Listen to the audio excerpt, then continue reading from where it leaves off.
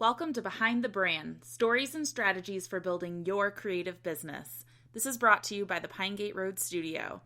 You're listening to episode 42. Welcome to Behind the Brand, stories and strategies for building your creative business.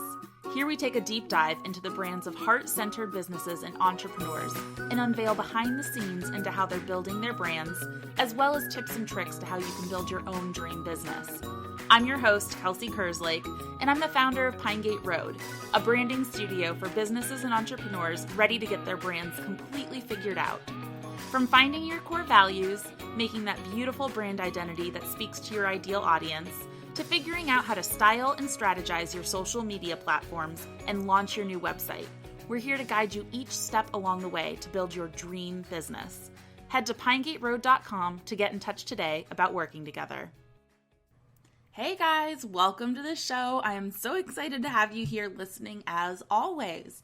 Today's guest is Marian Mellen, and she is a person who runs retreats and just different things in Phoenix, Arizona in person to help you grow your business and help you live the life that you love. When Marian reached out to me, I immediately was so drawn to her personality and everything that she was bringing to the world, and I couldn't wait to get her on the show to talk more about everything that she was doing. Usually I talk to people who are doing online businesses, and while Marian has that component, she really focuses on bringing these experiences to real life. So I was so pumped to just hear more about what she's doing, how she's bringing it to people in her community, and how she's kind of translating that to the online world for the future. Marian and I had such a heart and soul connection during this episode, and we're diving into some things that kind of shocked me a little bit. And it's not like crazy things, but we kind of like went a little bit deeper in that, just things that I didn't even know that were going on in my life. And I'm just so excited about all that she has to share and what she kind of got out of me, even in this, this hour-long episode over the phone. So I'm so pumped to have her here, and I hope you enjoy her as much as I did. Have a great day, you guys. This week's Branding Bite is brought to you by Build a Booming Brand. Head to pinegateroad.com/shop to view all that we have to offer to help you build your brand as a creative business owner so you can sell to your dream customers. So today I want to talk about setting up a 90-day plan for your business. This was really inspired by the book, The 12-Week Year. I read it a little bit ago, and I recently was feeling super overwhelmed with the goals that I have and how much I wanted to accomplish in this year, and I really needed a plan to get me there step by step. So I didn't think about my big goals, I did think about my big goals, but in the same time, I really focused in on the next 3 months, and I was able to take a day and map out exactly how I wanted to get to those goals and how I wanted to reach them. So focusing on 90 days at a time really helps you focus and work super hard towards a specific goal or goals that you want to reach in that time period. So have you ever taken a look at your year in January and mapped out where you want to be by the next year and kind of realizing by May or April that you're slacking a little bit and you just really haven't been working on those goals? And I really think that's because of the mindset that you quote unquote have all year to get there. So I definitely think that implementing your 90-day plan might be just the thing for you and your business if you are feeling a little stressed out about your big goals and you definitely want to reach some of those big milestones. Again, this week's Branding Bite is brought to you by Build a Booming Brand. Head to pinegateroad.com/shop to view all that we have to offer to help you build your brand as a creative business owner so you can sell to your dream customers. Hi, Marian. How are you doing? I'm good, Kelsey. How are you? I am awesome. I am so pumped to have you here today. Thank you for having me. I appreciate it. Yeah. So I'd love for you just to start off by introducing yourself and then telling everybody a little bit about how you got to where you are today and kind of how you got to the big why of what you're doing now. Awesome. Yeah. So my name is Marian Mellen, and I'm the owner of a company which kind of has two branches. My company started with the Zen Bird, and that's really the main hub of my company. And that started about 4 years ago with producing headbands that reminded us of the power of our thoughts. So these headbands, they're yoga headbands or exercise headbands, and I got into sewing. At that time, I was a public Spanish teacher and had summers off, so I just became, tried to become a domestic goddess, and I'm in my living room, I'm rocking out, to music, sewing, and then created these, created these headbands. And I thought, I really want a product with a purpose. I really want a product with a why behind it. So my why for my company really was about thinking about our thoughts, and not just in the way of creating positive thinking, but also in the way of just simply creating authentic thinking. So thinking about ourselves in a more authentic way, a more graceful way, with more compassion and kindness and real self-love, that deep self-love that we struggle with pretty much day to day, as much as the world may feel like our lives are really glamorous and exciting on the outside, which is something I love about what you do, because I think that you share with your audience, hey, I'm a real person. Just the other day you were sharing, I just got back from this trip and this is me. I'm in the living room. I'm working on this stuff. It's real. And I love that. I think that's great, because I think people really connect with that. Oh, good. I'm glad you sometimes I'm just like, is this too much? Is this too much? No, no. Oh, no, I just did it this morning too, and I'm like in a ball cap, and I'm like, hi, everybody. My life is crazy. This is what's happening.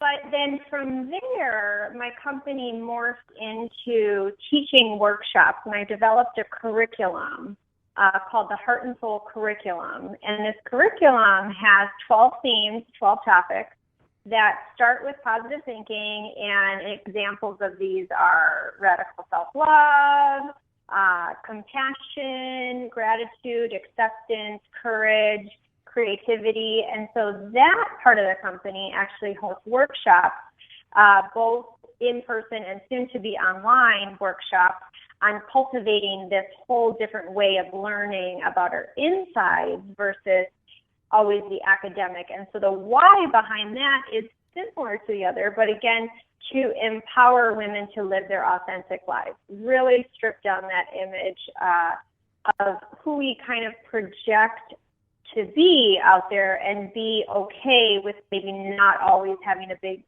great smile on our face if we're going through something painful, not masking that all the time. So awesome. my why just kind of morphed into a couple reasons, but it's, I would truly say it's the way that it's the number one reason why I haven't given up on my company, is because I have a why. Awesome. So what is your why? So my why is really, I create these workshops and I coach women so that they can uncover their authentic, meaningful lives in a way that they express themselves in the world through authenticity. Love it. So what would kind of be the transformation that you would see somebody go through? Like, what is there before, and then what is there after? And I know that's going to be different for a lot of people, but what are some just examples of what that looks like in some of the people that have gone through this program? Yeah, it's really,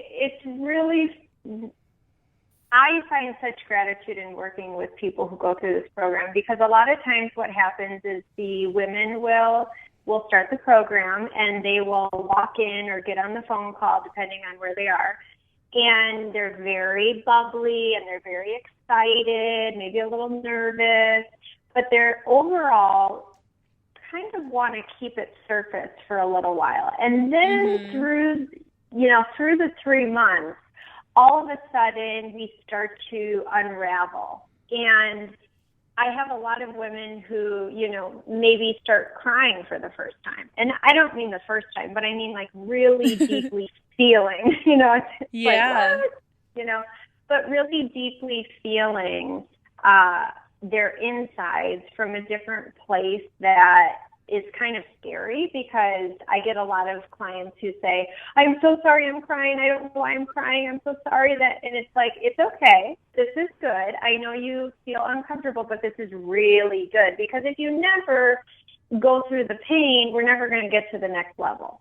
Right. So it's pretty neat to see, and there's a lot of very uncomfortable moments, I would say, for the clients, simply because they're actually digging deeper than the conversations that maybe they're having even with some of their really good friends about, the newest gadget or the newest fashion or their career, or what have you. They're going inside and saying, last year I felt really lonely. Really deeply lonely. Yeah. That's okay. This has me kind of on a tangent. Like, if you are having a conversation with a friend or just like maybe you're getting to know a new friend or something like that, how would you kind of recommend that you kind of take that like friendship to the next level and start to cultivate some of these more meaningful conversations in these relationships? Do you have any kind of advice for people looking to do that, to like kind of cut past the surface level? I love that question. I think that's a fantastic question. And I have a lot of people who, once they start going through this program, they're like, okay, I'm ready to be real. I'm ready to be authentic. And then they try doing that and they're not embraced because, again, it's uncomfortable. So I think, and I do this all the time, so I meet a lot of different people. And one of the ways that I do it is I have a really strange way of saying this, but I do talk about this quite a bit. I call it piranha on, like a piranha fish, piranha on, piranha off. And what it is, and I know it's really strange, but what it is like I go in a little deeper just by asking a question that's a little below, what did you do this weekend? What do you do for work? Da-da-da-da-da. And instead I'll say, how did you feel this weekend? Oh, okay, so you had a good time.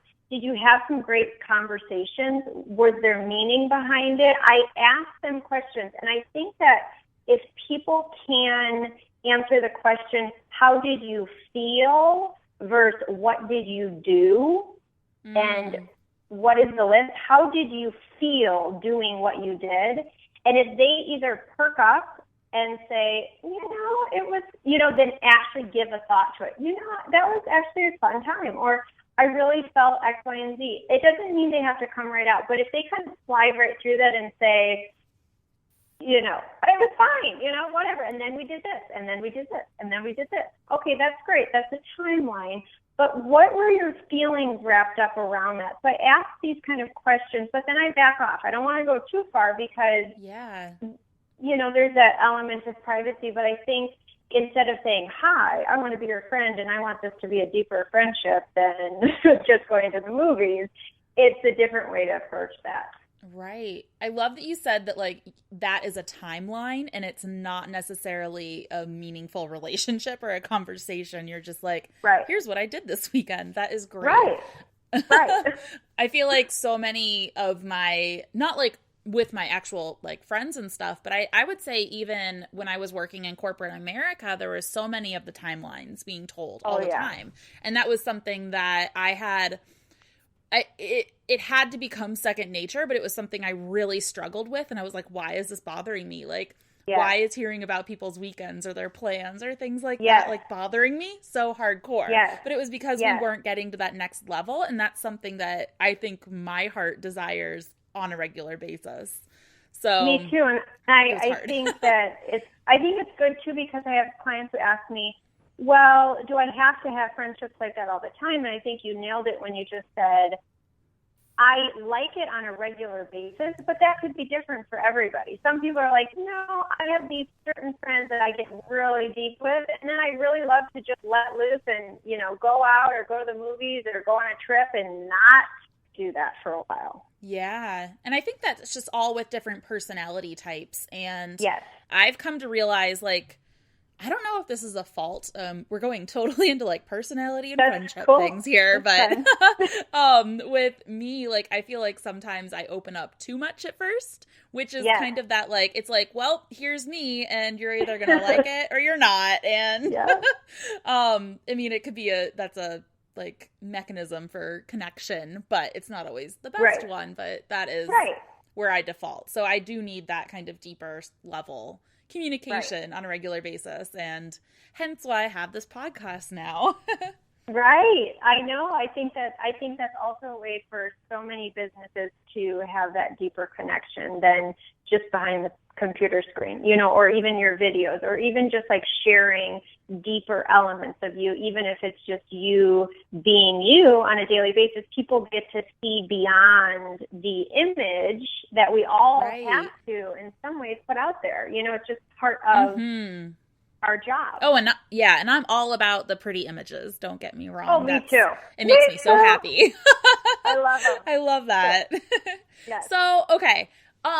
So your brand, are you mostly focused on helping creative entrepreneurs, or are you focused on helping women in general kind of connect with that deeper level of themselves? I would say I have a mix of people within my brand. My focus is more of the 20 to 30-year-old, that girl who is, and a lot of times these are creative entrepreneurs. It doesn't really discriminate, but it is that girl who's kind of living behind that mask, but really uncovering that deeper self, because we all have a personal brand as well. And so beyond the business brand, we're branding ourselves since the day that we are out of the womb. And we're saying, This is who I am. Okay, world, this is who I am. This is what I wear. This is how I talk. This is how I walk. This is what I like. This is who I am. And so a lot of times getting deeper into, and I am also this, this, and this. I love that you said that, because so many people don't realize that they are branding just by living.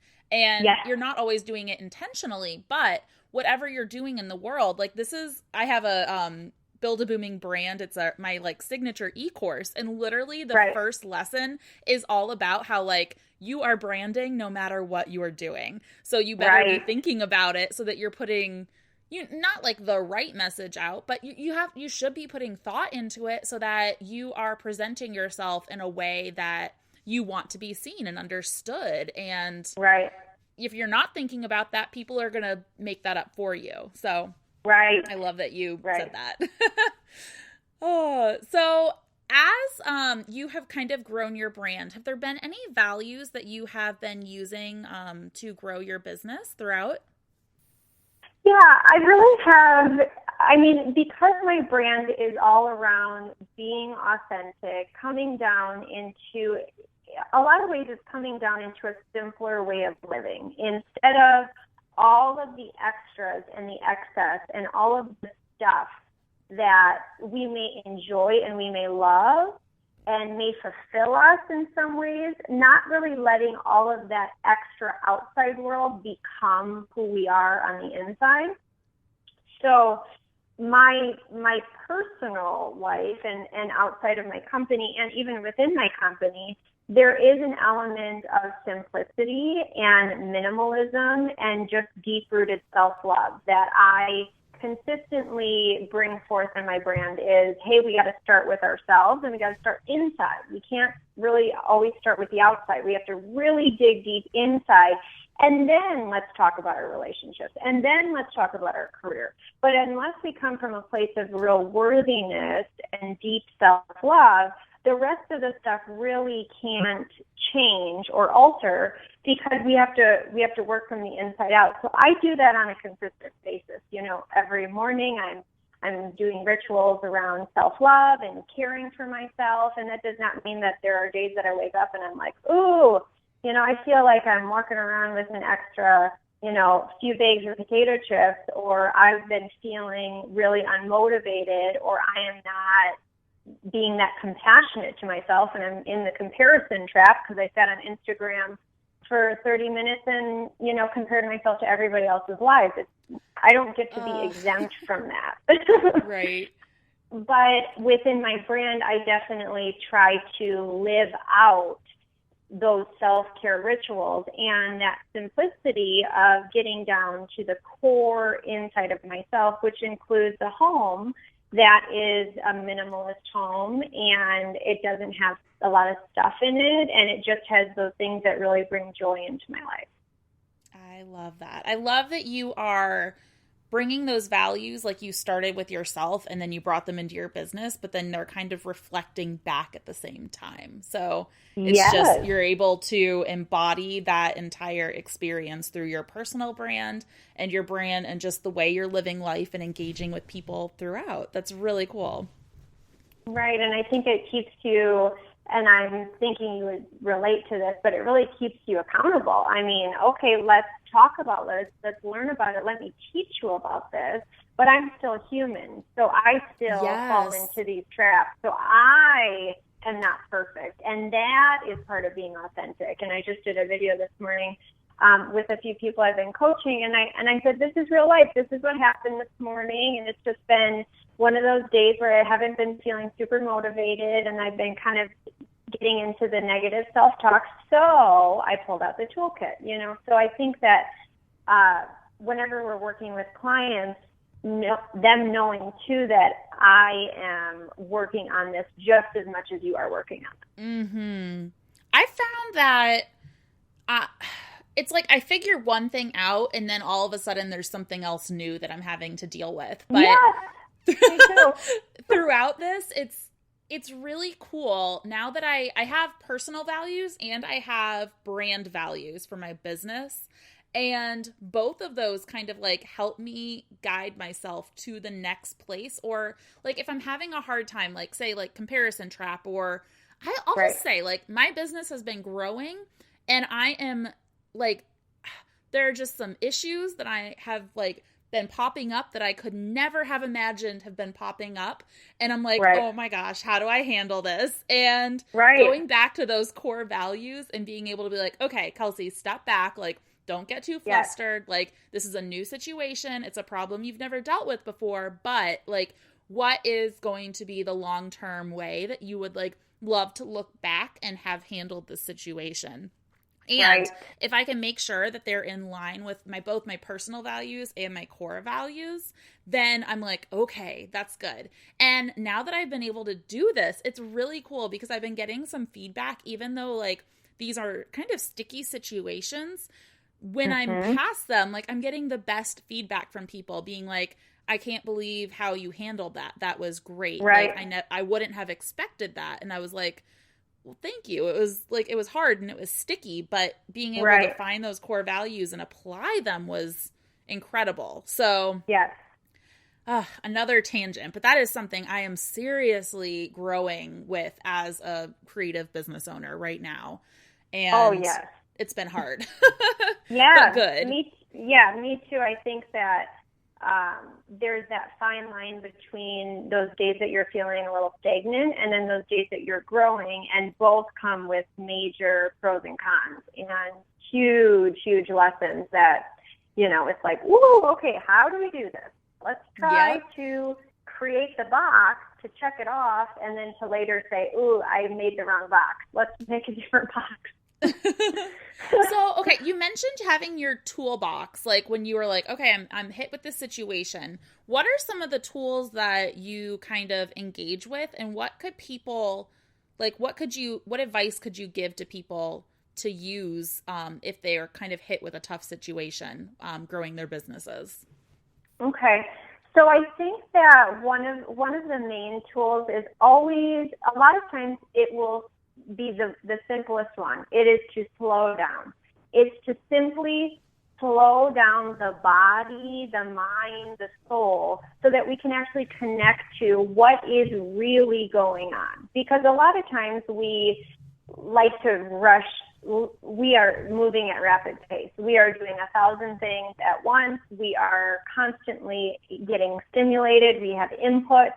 And that could mean a five-minute break of, I'm going to turn my electronics off for a second. I'm going to do some deep breathing. And I'm going to think about what is the root of what's happening right now. Why am I feeling not motivated this morning? Ooh, is it because I have so much to do that I can't focus? Is it because I'm feeling this resistance because I'm afraid? What am I afraid of? Am I afraid of failure? Am I afraid of rejection? Am I afraid of, you name it? I mean, there's so much to do with fear. And so really that first element of what is it, first of all, what's going on inside me? And then second, feel it.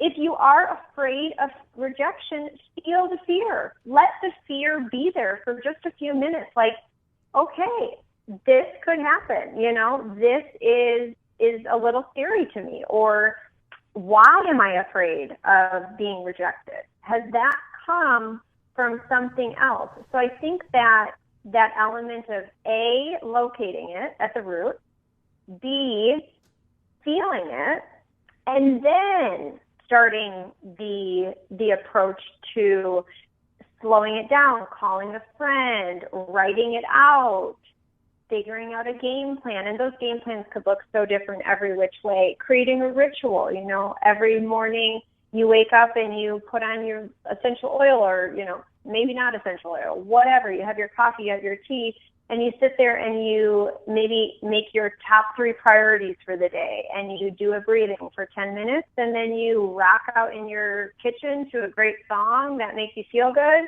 and then you move through your day. You know, but I think we struggle a lot because we try to treat the symptoms like, I have too much on my plate today. Why do you have so much on your plate? Are you trying to do too much with the 24 hours that we have in the day that we think we don't need to sleep in?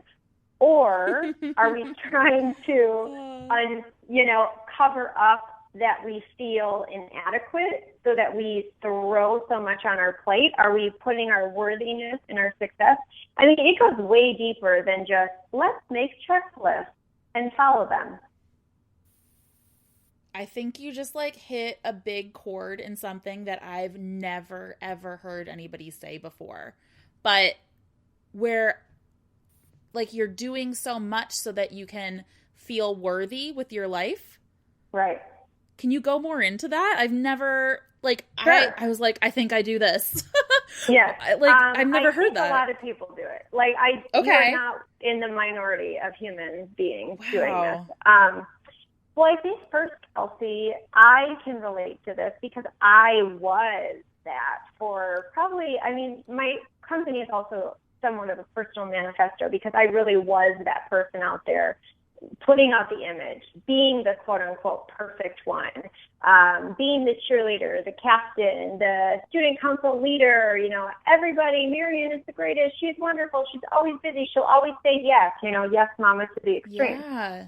So I went through a decade and a half of my life living that way, 2.5 in some ways, and then started to uncover that. And one of the main reasons that I stayed busy is because, A, we are surrounded by this idea that is what brings home the bacon. You know, hey, work your buns off and you will be rewarded, and do all of these things and you will be successful.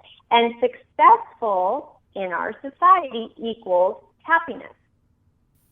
And that's a kind of a scary equation because we can be very successful. I'm certain you know quite a few people from the corporate world who are so successful. And then you wonder, but are they really happy? Mm-hmm. So I think the first thing is really defining what does success look like to you? Because for me, success looks like time for me is my most precious thing in life. And that could be different for other people because I really enjoy being able to go to yoga in the morning and do my meditation and enjoy journaling and a cup of coffee. That takes about 2 hours of my life. That's a lot of time. But when we alter our definition of success, and if success means a little time for ourselves along with connecting with people and building our business and yada, yada, yada, then I think that we can start to balance things out more. But I think the more that we put happiness into the boat of success, the more our time will get snatched from us because in our society, success means work yourself to the bone. I think that a lot of people do that. Right. And you know what, Kelsey? It's not always bad that we work really hard, but I think it's also pausing in those moments where the day has ended and there is nothing that will alter our livelihood in the next, 3 hours. And it's the times when we can't stop. That's the time when nothing really needs to get done, like no life or death situation. Like if I do not send out this email tonight, I will probably still get the contract and I will still get my client and all of, it will all happen. But it's that element that we wake up, we stay up until 11 at night. Some people work the best at that time, so that's cool too. But, we stay up or we get up, at these absurd hours and we are thinking, if I don't do all of these little things, and it's an intensity, I think, sometimes that our bodies and our souls really don't want to handle all of that all the time. No. But I do believe in I totally believe in working hard and really pushing it to the metal sometimes. But if it compromises, my yoga and my time that I get to spend with the close people in my life, then I start to rethink the scenario that I have set up for myself. Yes. And I think that this was something that I think I'm past this. Like now that you're explaining this, I feel like that is something that I was dealing with a long time ago. And then when I found my values, I was like, workaholism is not in line with my values. And so I kind of pared back and then found a way to live a life that was in line with that. And I am living out my version of success right now. Love it. But what I'm dealing with at this time, it's like, right now I just got married. I run my business full time from home at this point, and things are kind of settling down for a little bit. And for the first time in my 20 some years, I'm finally like, okay, how do I structure my life now? It's this open thing that I'm kind of like, what's next? Not trying to just chase the next big thing, but really just trying to form that new foundation because it's been in such a crazy flux for so many years. So, okay. Now that you explained that, I'm like, okay, good. I'm not doing that entirely. Oh, yes, I think so. I know what you are talking about because I'll talk to people. I'm like, wait a minute, are you describing me? And then I'm like, no, okay, that was me 3 years ago, but I'm working on that. But I think too with that fun state of restructuring, I think as being entrepreneurs, we're kind of in that all the time. And I think that especially when you get to that moment where you're like, okay, so things are kind of settling down. Now I'm starting to find the freedom to figure out what are the elements of my business that I really want to cruise to the next level. Which ones do I want to maybe give to other people to work on, which I know you do a lot of.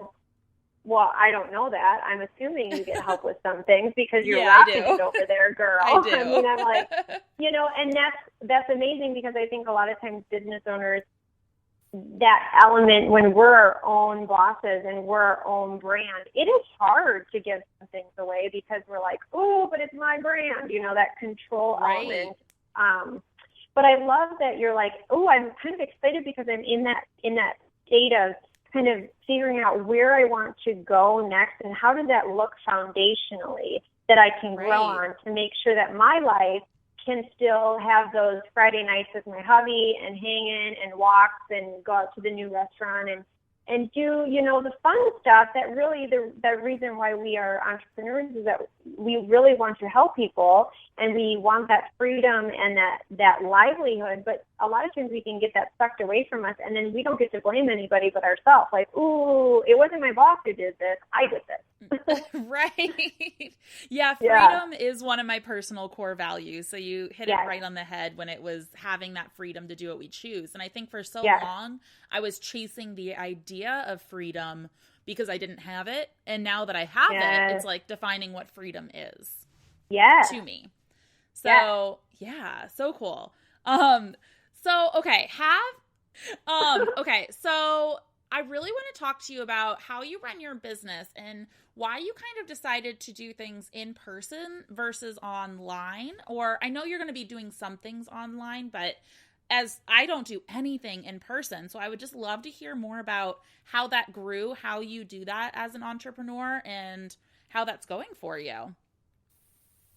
So yeah, you're right. I think a lot of times, a lot of this online world is online, because we have so many more resources and people at our fingertips, and we can reach that broader audience. I think the reason I am so drawn to in-person is because being a past teacher, that was what I did. I was in front of people. I love personal connections in person. I'm very affectionate. I'll come over, give people hugs. I have big groups of people that I speak with. I just love the energy that you get, and you can still feel energy over the phone, and I can still feel it. Like right now, I can feel you have very good energy, which does not surprise me. But thank you.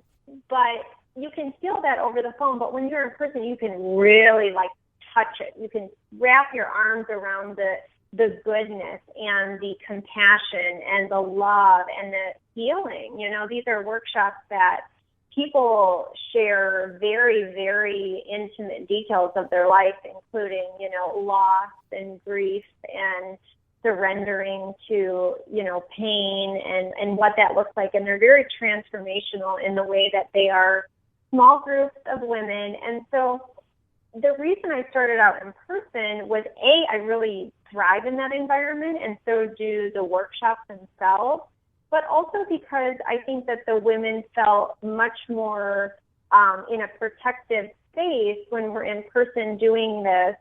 That being said, that has been the challenge for these really powerful workshops, keeping the integrity of the workshops and moving them into the online world is a little difficult. And that is definitely a challenge that I would definitely say I'm currently facing. This is not a past challenge. This is a present challenge. And how I'm going to overcome that is I'm really going to be doing some big planning work this summer. I am going to be publishing a workbook that I think will be very beneficial for this program.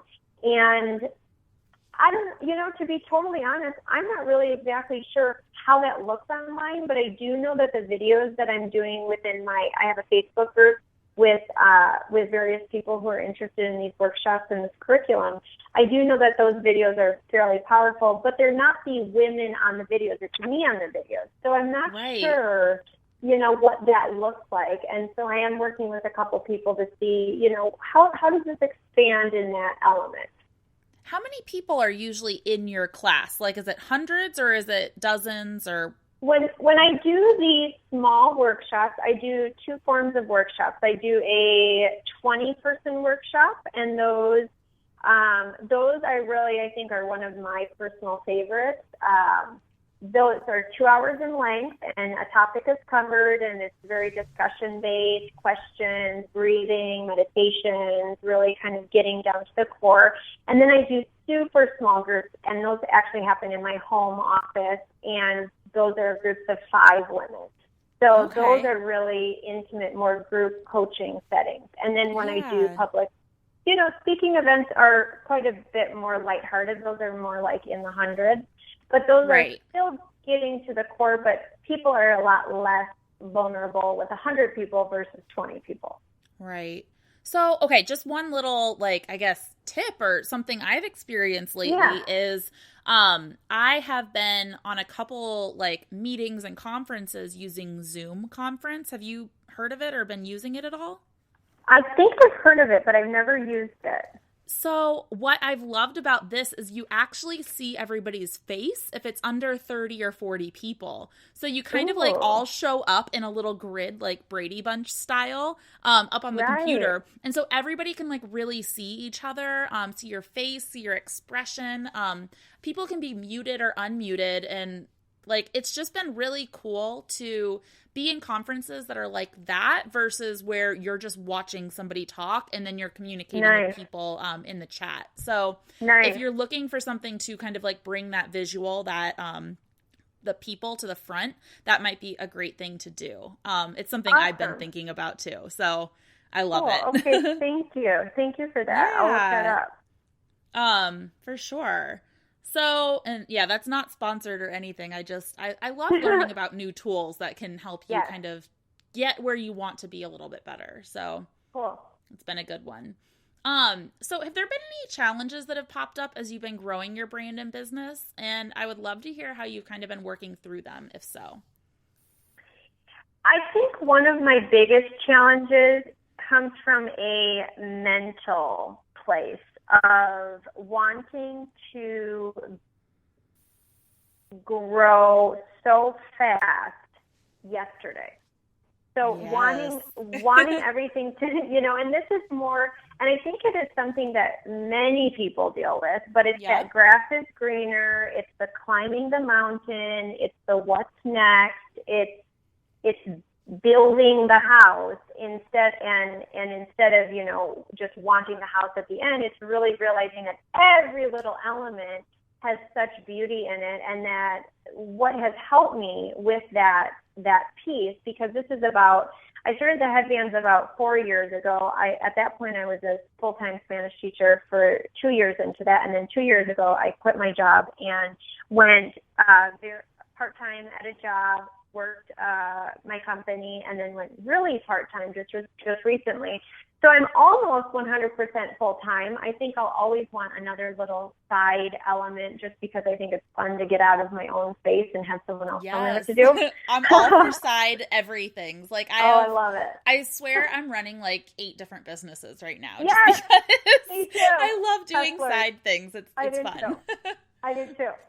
And I think with that, what I've really learned is whenever I want to speed things up, I'm an Aries, so let's go fast as we can.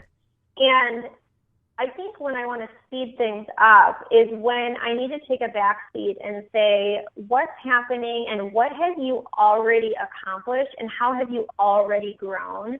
Let's start to compare yourself not to the newest rave and the best bookseller on Amazon. Let's start to compare yourself to Marian Mellen 4 years ago. And then let's compare yourself to 3 years ago. And then let's see, where were you 2 years ago? And oh my gosh, where were you 1 year ago? And then you're like, holy moly, I'm not working my full-time job. That's pretty nice growth. Right.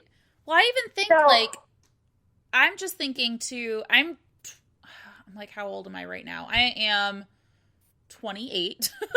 So okay. I'm thinking you think back just 10 years ago, I was 18. I was graduating high school.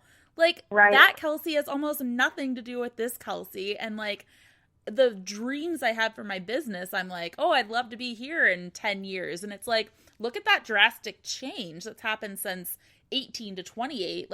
There's huge drastic changes that can happen between 28 and 38. So I like that analogy. And I think too that I always have to think too, well, what would that mean? Let's say I get the big giant quote unquote success that I'm so yearning for on those days that, my cup, I'm always, trying to fill my cup and I'm feeling like my cup is not, full enough. What does that huge success look like for me? And a lot of times that comes with a heck of a lot of stress, a big giant building with overhead costs and making sure this is happening and a whole marketing team and managing this and figuring this out. And then all of a sudden, oh, did you get to yoga today? No, couldn't make it. I had too much to do. So I start to say, okay, this organic growth is quite beautiful. And then the other element that it helps is that we don't lose those core values. We do not lose them when we move a little slower because we can really think things through.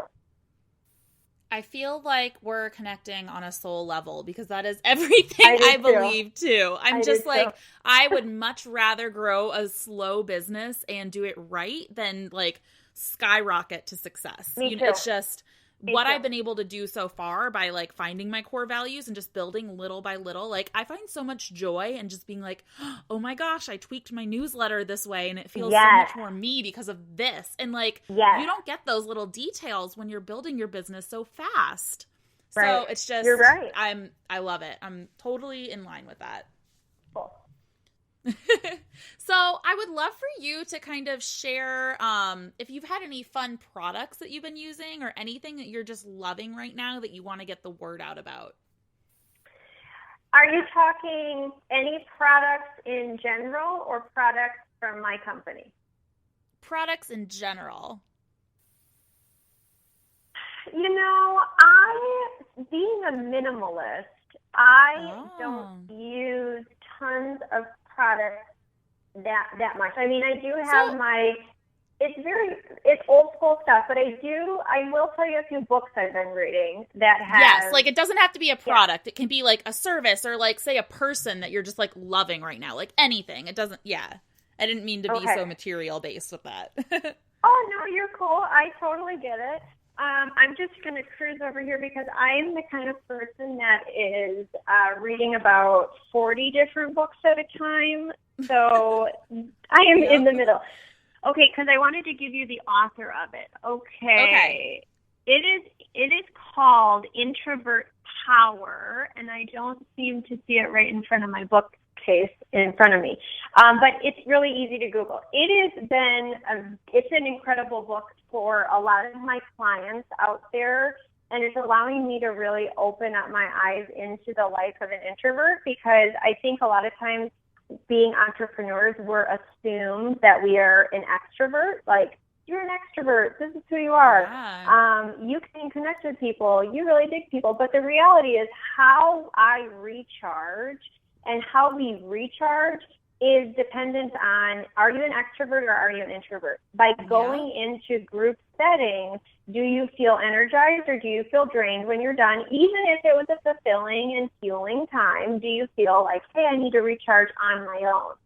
So that book has really been an eye-opener for me in the past year. So I've kind of dabbled reading different chapters, and being comfortable and confident knowing that I really am an introvert doing an extroverted thing, such as teaching workshops, working with people, public speaking. These are all very much so, hi, I'm in the spotlight. But it's a wonderful book for anybody out there who's really trying to kind of get a grasp on, people think I'm boring if I want to leave on a Friday night at 8 o'clock, and they just think I'm no fun. But what's really fun to me is like curling up to a good book or sitting by the fire, or, swimming and listening to the birds, whatever it is that fuels us. I think that book has been really beneficial for those people who are needing that extra reserve and feeling good, which I think is huge in a business. Really knowing what will recharge you is like liquid gold in your hands. Here you go. This is what's going to help you. I'm trying to figure that out right now because I am an extroverted introvert. Like, I know that I need that, like, I can be extroverted, I can hang out, whatever, but I need that time by myself to recharge. And so I think that, like, just getting to work for myself full time has given me that time away from people. So now I'm trying to figure out, like, exactly what to do to recharge. So I'm doing a lot of different things, but again, it's with that, like, I'm finding my new foundation. So and what are you What are you feeling is recharging you? So, like last night, I was kind of having a mentally, like, weird, bad day. And so I tried to just, like, hang out with my husband and watch this terrible movie that he was watching. And I was like, this is not recharging me. So I went upstairs and I read a book, and that really recharged me for that day. Nice. So that was one thing. It's probably just, like, boring, normal stuff, like going for a walk or taking a bath, reading. Like, every morning I try to have just, like, quiet coffee time, and I save all the catalogs and magazines that come to my house, and I'll just, like, read those for a little bit. So those kind of things. Well, and I think the thing is, Kelsey, when we say it's, normal, simple stuff, but it's also making sure that we're doing that boring, simple, normal stuff on a pretty consistent basis. Yeah. And I don't think I ever was doing that before. So now I'm, like, getting to explore all the things that really recharge me. And it's different all the time. So I mean, Cool. some days it's like a walk would make me feel so exhausted because of the weather or something like that. And, Right. I'm trying to figure out those things right now. Cool. So yeah, I love it. So yeah, that now I'd love for you to just kind of finish off by sharing, how people can get in touch with you, share like any services or products that you have that you would love for people to join you on or anything like that. Right on. So, one of my main places that people can get in contact with me is just over through my website, which is Marian, Marian, and then -Mellen, MELLEN.com. And through there, there's quite a bit of information about my coaching, my one-on-one coaching programs. And then that's also where I'll be sending out information when I do start to launch those online group coaching programs. I do a lot of one-on-one that is over the phone. And then I'm also going to be, I'm almost sending it to be published and to be printed, is a workbook that's going to be a really fun, interactive, darling workbook, mainly for women in their 20s and 30s. And it's the Heart and Soul workbook. So it's that guided program of the 12 themes that I talked about earlier on the Heart and Soul curriculum that is really reflective. It's interactive. It asks questions. It gives challenges. It asks people to be prompted to do certain things, to be held accountable. There's a lot of stories in there about my life and, how I chose these topics and why they're so important to me, because a lot of different things have happened in my life that has prompted me to, teach about self-love and compassion and gratitude and acceptance. So that's going to be launched, and my hopeful launch for that is July 1st. Probably, the reality is probably going to be more towards end of July. But I'll dream for the first. But that is part of the printing process. So that'll all be on my website for people to check out as well. Awesome. So I kind of want you to also finish off with, like, if somebody is in blank spot in their lives, then you are perfect for them. Like, would you explain like what kind of like maybe a spot they might be in where you can help them the most? For sure. I think if someone is in the place of feeling fairly claustrophobic in who they are and trying to uncover what really makes them feel good and feel worthy, then this would be the coaching program that they would go to. The people out there who are truly doing all the things. They've got the good job. They're maybe married. Maybe they're single. Maybe they're feeling fairly okay on paper, but there's that element that they're just wanting that spark or that lightness to shift within themselves in their worthiness and their self-love. Love it. Well, thank you so much for coming on the show and chatting with me. It was great to get to know you and learn about all that you're up to. Thank you, Kelsey. I really appreciate it. Thank you to our sponsor, Audible.com, for supporting the show. Please head to audibletrial.com/pinegateroad to get a free audiobook download and a free 30-day trial. If you enjoyed the show, please take a minute and head to iTunes to rate and review the show. It makes a big difference in growing the show, and I'll be here giving you a virtual high five behind the scenes. You can follow along with the studio for branding tips, advice, and general inspiration on Instagram, username pinegateroad, or by heading to pinegateroad.com for everything else happening in the studio. Sending lots of love and wishing you an awesome week. You've got this.